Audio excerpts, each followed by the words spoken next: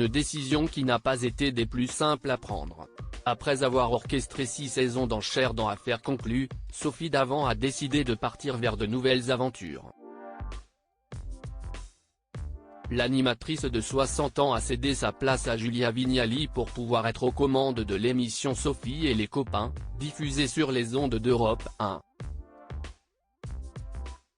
Venue présenter son livre Quel bonheur de vieillisse, édition Solar, sur le plateau de C'est à vous, ce vendredi 13 octobre sur France 5, la présentatrice a bien évidemment été interrogée sur son départ d'Affaires conclues. Vous avez quand même pris un risque. Il y avait quand même un certain saut dans le vide en acceptant cette proposition, non ? Lui a demandé Anne-Elisabeth Lemoine. Une question à laquelle Sophie Davant a répondu sans langue de bois. « Je crois que j'ai pris une des pires décisions de ma vie. Ça a été très douloureux, très difficile », a-t-elle confié à l'acolyte de Patrick Cohen.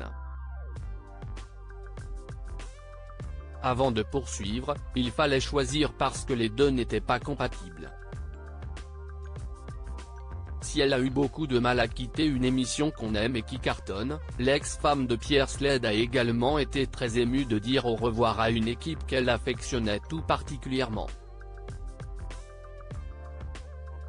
Bien que laisser les rênes de son émission fétiche n'ait pas été une mince affaire, Sophie Davant ne voulait pas passer à côté de l'exercice qu'on lui proposait sur Europe 1.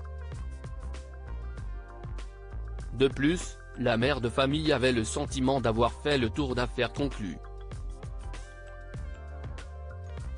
Je finissais par connaître les objets à peu près aussi bien que les experts, a-t-elle avoué. Une petite confidence qui n'a pas tardé à susciter quelques rires autour de la table. De quoi conclure, avec humour, le sujet.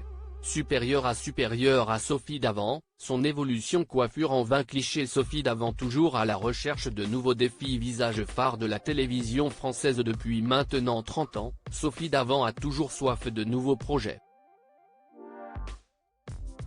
Une envie de changement qui a également motivé son choix de quitter Affaires conclues pour entamer un nouveau chapitre. Se lancer des défis, c'est se sentir vivant, a-t-elle déclaré à Anne-Elisabeth Lemoine. Des challenges professionnels qui permettent à l'amie de Caroline Margeridon d'aborder en toute quiétude le temps qui passe. C'est ce que je dis dans mon livre. L'idée est de vieillir sans devenir vieux et d'être acteur de son vieillissement, a-t-elle d'abord révélé.